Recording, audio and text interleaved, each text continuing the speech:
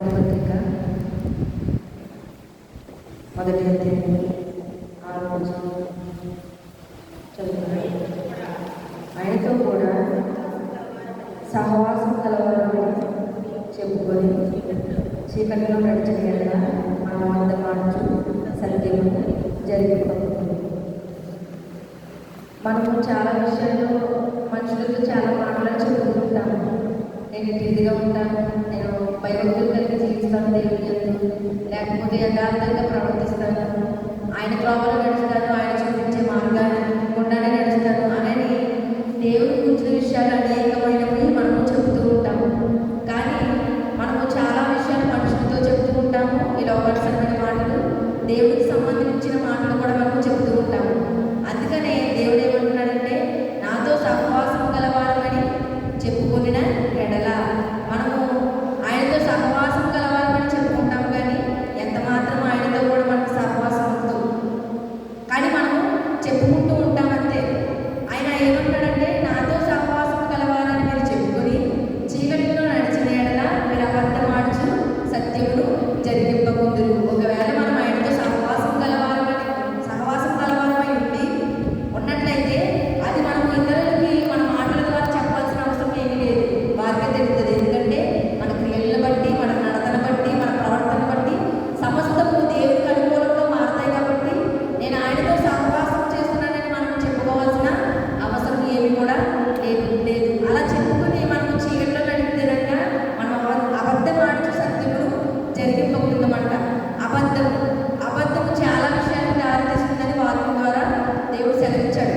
మనం అపోస్తలుల కార్యములు 5వ అధ్యాయం చూసుకున్నట్లయితే అక్కడ అననీయ సిపోరా అనే ఇద్దరు భార్యాభర్తలు ఉంటారు. వారిద్దరు ఏం చేస్తారంటే, వారు సమస్తము కూడా అన్నీ కూడా వారికి కలిగిన ఇళ్ళు కానివ్వండి, స్థలాలు కానివ్వండి, కలిగినదంతా కూడా అమ్మేసి అపోస్తలుల పాదము ఎల్లరూ పెడుతూ వచ్చే ఉండేవారు. అలాగే వీళ్ళిద్దరు కూడా భార్యాభర్తలు ఏం చేస్తారంటే, తనకు కలిగిన దాంట్లో అమ్మి కొంత వారి దగ్గర ఉంచుకుని కొంత అపోస్తలుకి ఇస్తారు. ఇచ్చి వారు ఏం చేస్తారంటే, పరిశుద్ధ ఆత్మని మోసపుచ్చి దేవుడితోనే అబద్ధము ఆడేవారుగా ఉంటారు. అప్పుడు పేతురు గారు అంటారు, నువ్వు మనుషులతో మాత్రమే కాదు అబద్ధమాడేది, దేవుడితో అబద్ధమాడేవు అనేది అక్కడ వాక్యం ద్వారా సెలవిస్తాడు. ఇది నాన్న దేవుడితో సహవాసం కలవాడమని చెప్పుకుని తిరుగుతున్నావు కదా, నువ్వు మనుషులు మాత్రమే చెప్పి మనుషులకు మాత్రమే అబద్ధం చెప్పడం లేదు, దేవుడితో కూడా అబద్ధం ఆడుతున్నామని దేవుడి వాక్యం సెలవిస్తుంది. ఎందుకంటే మన సహవాసము ఎటు రీతిగా ఉండాలంటే దేవుడికి అనుకూలంగా ఉండాలి, దేవుడితో నడిచేదానిగా ఉండాలి, దేవుడికి అన్ని విధాలుగా మనం ప్రవర్తించే వాళ్ళగా ఉంటేనే అది సహవాసం. తప్ప నీ నోటి ద్వారా నేను దేవుడితో సహవాసం చేస్తున్నానంటే అది ఎంత మాత్రం సహవాసమై ఉండదు. నీ సహవాసము దేవుడు ఏదో ఒక రోజున బయటపరుస్తాడు, ప్రత్యేకపరుస్తాడు. అది మనం ఇతరులకు చెప్పుకోవాల్సిన అవసరం లేదు. ఆనాడు అననీయ సిపోరా కూడా ఇలాగే కొంత దాచేసుకుని అబద్ధమాడి దేవుడికి ఇచ్చే దాంట్లో కొంత వారి దగ్గర పెట్టుకుని కొంత వారు అపోస్తలులకు ఇచ్చారు. వారు దేవుణ్ణే మోసపుచ్చారు, దేవుడితోనే అబద్ధమాడారు. కాబట్టి అబద్ధమాడిన వారు జీవించారా? జీవించలేదు, చనిపోయారు. కాబట్టి ఇది నాన్న నువ్వు దేవుడితో సహవాసం చేస్తున్నానని చెప్పుకుంటూ తిరుగుతున్నావు కదా మనుషులతోటి. నీ సహవాసం ఎలా ఉందో నీకు దేవుడు పరీక్షించుకోమన్నాడు, పరిశోధించుకోమన్నాడు. ఏమని చెప్పుకుంటున్నావు ఇతరులకు దేవుడి పట్ల అని దేవుడు నిన్ను అడుగుతున్నాడు. కాబట్టి ఇది నాన్న ఒకవేళ ఆయనతో సహవాసం చేస్తున్నానని చెప్పుకున్నట్లయితే నువ్వు ఇతరులకు చెప్పాల్సిన అవసరం లేదు. దేవుడు నీకు ప్రత్యేకించి ఆయన ఏదో ఒక రోజున తెలియపరుస్తారు. కాబట్టి ఇది నాన్న మనం చెప్పబోయే అంశం ఏమంటే, ఏమని చెప్పుకొచ్చున్నావు ఇతరులు బట్టి నా విషయాన్ని ఏమని చెప్పుకొచ్చున్నావు, చెప్పుకున్న నువ్వు అటు రీతిగా ప్రవర్తిస్తున్నావా అని దేవుడి ఉదయకాల సమయంలో అడుగుతున్నాడు. రెండో విధంగా ఏంటంటే, పాపం లేని వారమని చెప్పుకొని ఎడల. చూడండి, మొదటి యోహాను పత్రిక 1వ అధ్యాయం 8వ వచనం చూడండి. మనం పాపం లేని వారమని చెప్పుకునే ఎడల మళ్ళీ మనమే మోసపుచ్చుకుందుము, మరియు మనలో సత్యం ఉండదు. పాపము చేయవారు ఉన్నారు, లేనివారు ఎవరు కూడా లేరు. అందుకని వాక్యం నుంచి ఏమని తెలుస్తుందంటే, నీతిమంతుడు లేడు, ఒక్కడును లేడు. అందరూ కూడా పాపం చేసి దేవుని అనుగ్రహించి మహిమను పొందలేకపోతున్నాం. కాబట్టి ఇది నాన్న ఇతరులకు చెప్పినప్పుడు నాలో పాపం లేదు, నాలో దోషం లేదు, నేను ఏ విషయంలో కూడా దేవుడికి విరోధంగా పాపం చేయడం లేదు అని ఇతరులకు చెబుతున్నావు కదా. నీలో పాపం ఉంచుకుని, నీలో దేవుడి పట్ల వ్యతిరేకత ఉంచుకుని పాపం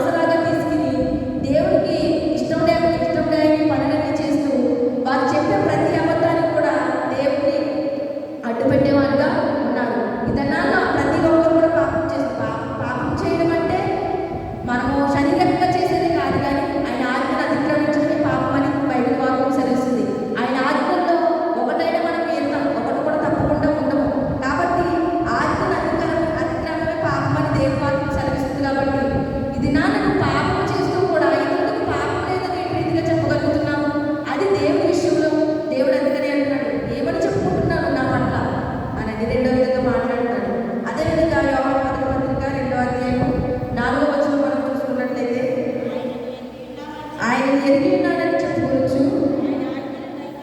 ఆయన ఆజ్ఞలను కైకొనేవాడు అబద్ధికుడు, వారిలో సత్యము లేదు. చాలా మంది ఆయన ఎరిగి ఉన్నాడని చెప్తూ ఉంటారు. యోహాను కుమారుడైన సీమోను, అలాగే దేవుడు పరీక్షిస్తాడని. యోహాను కుమారుడైన సీమోను, నీవు నన్ను ప్రేమించుచున్నావా అని దేవుడు అడుగుతాడు. అప్పుడు పేతురు ఏమంటాడంటే, ప్రభువా నేను నిన్ను ప్రేమించినానని నీకు తెలుసు కదా ప్రభువా అని అంటాడు. మళ్ళీ రెండో విధంగా కూడా అలాగే అంటాడు, యోహాను కుమారుడైన సీమోను, నీవు నన్ను ప్రేమిస్తున్నావా అని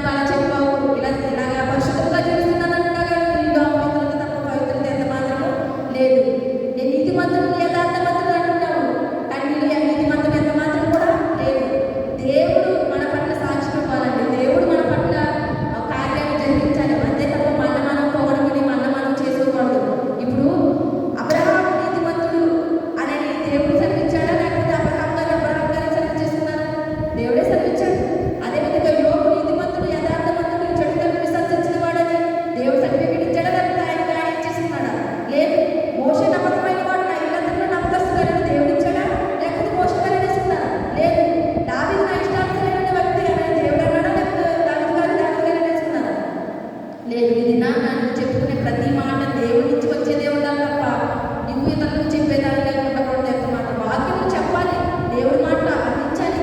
కాకపోతే నిన్ను నీవు అందులో సెల్ఫ్ అంటారు కదా, అలా చేసుకోకూడదు. మనం ఏదైనా చేసుకోవాలంటే అది ప్రభువు నుంచే రావాలి, ప్రభు వల్లనే కలగాలి మనకి. అంతే తప్ప మన సొంత ప్రయత్నాలతో మన సొంత మాటలతో వచ్చేది కాదు. ఏది పైనుంచి వచ్చే జ్ఞానము అది అన్నిటికంటే గొప్పది. దేవుడిచ్చే జ్ఞానం, ఆయన ఇచ్చే మాటలు మనకి వదులునే ఉంటాయి. మన లోకానుసరంగా మాటలు వేరుగా ఉంటాయి, దేవుడి నుంచి వచ్చే మాటలు నొప్పు కలుగుతాయి. ఎందుకంటే మనలో ఉన్న స్వభావాన్ని బట్టి దేవుడు మనతో మాట్లాడతాడు కాబట్టి అవి మనకి నొచ్చుకునే విధిగా ఉంటాయి. నీకు వాక్యం చెప్పినా, లేకపోతే ప్రార్థన చేసినా ఇతరులు ఏమనుకుంటారో, ఇతరులు బాగా అనుకోవాలి, నేను ప్రార్థన బాగా చేస్తున్నాను అనుకోవాలి, లేకపోతే నేను వాక్యం బాగా చెప్తున్నానని అని ఇతరులు గొప్ప చూసుకున్నట్లయితే దేవుడు ఎప్పుడు కూడా పొందుకునే దానిగా పొందుకునేవాడుగా ఉండవు. కాబట్టి ఉదయకాల సమయంలో ఒకవేళ మనం అలా చెప్పుకునే రీతిలో ఉన్నామేమో, దేవుడు మనతో మాట్లాడుతున్నాడు, ఏమని చెప్పుకుంటున్నాను నా గురించి అని. ఇది నాన్నైనా మనం మారి దేవుడికి ఇతరులకు మనం చెప్పే విషయంలో చక్కగా అన్ని విషయాల్లో చెప్పి, అన్ని విషయాల్లో మనం ప్రభు విషయంలో ప్రభువుని పోలి క్రీస్తుని ధరించుకునే వారిగా ఉండడానికి పరిశుద్ధాత్మ దేవుడు మనందరికీ తోడేయుడు గాక.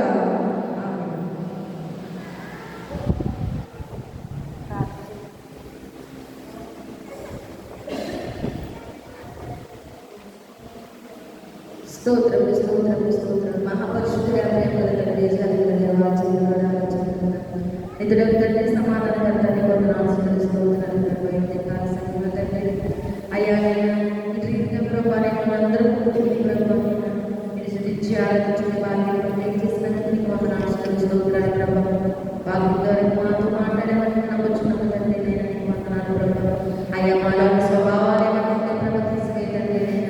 అయ్యా నేను పోలంటున్నాను కదా ప్రభావ, నేను ఇస్తే పోలు నడిచిన ప్రకారం పిల్లలు పోలేడు ప్రభావ. నేను పోలు నడవాలంటే ప్రభావ మేము రీతిగా ఉండాలి ప్రభావ. మా దగ్గర జ్ఞానం దయచేయండి. నీకు వందనాలు స్తోత్రాలు ప్రభావ. ఈ ఉదయకాల సమయంలో ప్రభావ ప్రార్థన ఇచ్చిన బిడ్డలందరినీ జ్ఞాపకం చేసుకోండి ప్రభావ. ఎవరైతే ఏ సమస్యలు ఉన్నారో, ఎవరైతే ఏ వ్యాపారాలతో ఉన్నారో, ఎవరైతే ఏ అక్కర్లతో ఉన్నారో, ఎవరైతే ఏ ఇబ్బందులతో ఉన్నారో, ఎవరైతే ప్రభావ మనశ్శాంతి లేకుండా జీవిస్తున్నారో సమస్త పేరు వాడానికి వందనాలు స్తోత్రాలు ప్రభావ. సీమన్ పేరు అంటున్నాను కదా ప్రభావ, నీ సమస్త పేరు కదా ప్రభావ. సమస్తం చూస్తున్న దేవుడు కదా తండ్రి, నీకు వందనాలు ప్రభావ. నీకు సాటి మరిగేది ఏది లేదు ప్రభావ. నీకు వందనాలు స్తోత్రాలు ప్రభావ. ప్రతి ఒక్క బిడ్డని నుంచి ఆశీర్వదించిన తండ్రి. అయ్యా నేను వారి సమస్యలన్నీ తీర్చిన ప్రభావ. నేను వసంతకాలంలో ప్రభావ, ఇలాంటి దినాల్లో ప్రభావ ప్రతి ఒక్క సమస్యను తీర్చి ప్రభావ. అయ్యా వారు తెలుసుకుని ప్రభావ నీ వైపు తిరిగే వారిని ఉండడానికి సహాయం దయచేయండి ప్రభావ. అయ్యా నేను గర్భకోశం మీద చూస్తున్న పెడుతున్నాను ప్రభావ. నేను వారి గర్భాలు తండ్రి. అయ్యా వసంతకాలంలో ప్రభావ అయ్యా నేను వారినైనా అయ్యా చక్కని ప్రభు గర్భఫలాలు దయచేయండి. నేను నీకు వందనాలు ఆవులు ఎత్తి తీస్తాయి ప్రభావ. ఈ దినాల్లో ప్రభావ నేను గర్భకోశం మీద చూస్తున్న ప్రతి ఒక్క బిడ్డకు ప్రభావ నేను ఆయన గర్భం దయచేసి ప్రభావ. నేను వారి దయచేయండి ప్రభావ. నీకు వందనాలు స్తోత్రాలు ప్రభావ. అనారోగ్యంతో ఉన్న బిడ్డలు నీకు వందనాలు ప్రభావ. నేను వారిని స్వస్థపరచుకుంటాను. నేను స్వస్థపరిచే వారిని నేను అనుసరించగలుగుతాను. నేను నీకు వందనాలు స్తోత్రాలు స్వస్థపరచండి తండ్రి. నీకు వందనాలు ప్రభావ. అయ్యా నేను ఈ లోకంలో నీ తప్ప మాకు ఎవరున్నారు ప్రభావ. నేను ఆకాశం నీవే కదా తండ్రి, మాకు ఉన్నవాడు ప్రభావ. నీకు వందనాలు తండ్రి. అయ్యా నేను విడిచిపెట్టేసి ప్రభావ నేను ఒకసారి జ్ఞాపకం చేసుకున్న ప్రభావ. నీకు వందనాలు తండ్రి. అయ్యా నేను మా హృదయాన్ని మార్చిన ప్రభావ. నీకు వందనాలు స్తోత్రాలు ప్రభావ. నీ వైపు తిరుగుకోండి తండ్రి. నీకు వందనాలు ప్రభావ. చీకటిలో నడుస్తున్నాం తండ్రి. నీకు మార్గం దయచేయండి ప్రభావ. నీకు వందనాలు స్తోత్రాలు ప్రభావ. ఉన్న సమస్త కల్మషం తీసివేయండి తండ్రి. అయ్యా నేను ఒకరినొకరు ప్రేమించుకునే వారు ఉండడానికి సహాయం దయచేయండి ప్రభావ. నీకు వందనాలు స్తోత్రాలు ప్రభావ. అయ్యా నేను వచ్చిన ప్రతి ఒక్క బిడ్డని దీవించండి. నేను పెట్టుకోండి సన్నిధిని నడిపించండి ప్రభావ. నేను నీకు వందనాలు తండ్రి. మమ్మల్ని మోకాలు కొన్ని సన్నిధిలో ఉండే భాగ్యం దయచేయండి ప్రభావ. నీకు వందనాలు స్తోత్రాలు ప్రభావ. అయ్యా నేను ఇంత గొప్ప భాగ్యాన్ని మాకు దయచేసిన దేవా నీకు వందనాలు తండ్రి. ఎంతో మంది బిడ్డలు ప్రభావ మా ముందే నశించిపోయారు ప్రభావ. నేను లోకంలో లేదు తండ్రి. అయినప్పటికీ ప్రభావ సజీవులుగా ఉంచామంటే మేము గొప్పవారిని కాదు తండ్రి. నీకు వందనాలు స్తోత్రాలు ప్రభావ. అయ్యా ఇంకా మీ మార్గం ప్రభావ ఎదురు చూస్తున్నాను తండ్రి. నేను ఆ మార్గం మాలో ఉండడానికి సహాయం దయచేయండి ప్రభావ. నీకు వందనాలు స్తోత్రాలు ప్రభావ. నేను అయ్యా హాస్పిటల్లో ఉన్న సహోదరులు ఒకసారి జ్ఞాపకం చేసుకుంటే ప్రభావ. అయ్యా ఎన్ని తలచి ఏడు జరిగేది చిత్తమే ప్రభావ. బిడ్డ పట్ల కార్యం చేయబడి వచ్చున్నాను తండ్రి. నీకు వందనాలు తండ్రి. అయ్యా ఇచ్చిన గర్భఫలం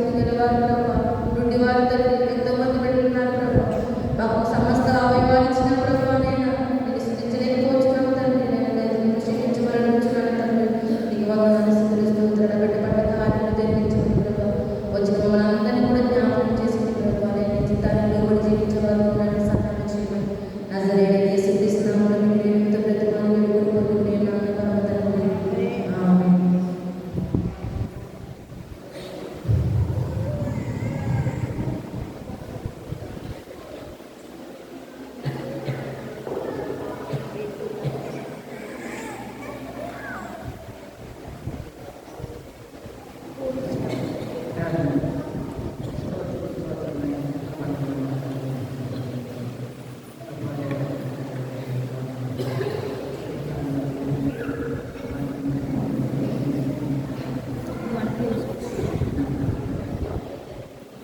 ke das Mariam. Gumma ke das. Das.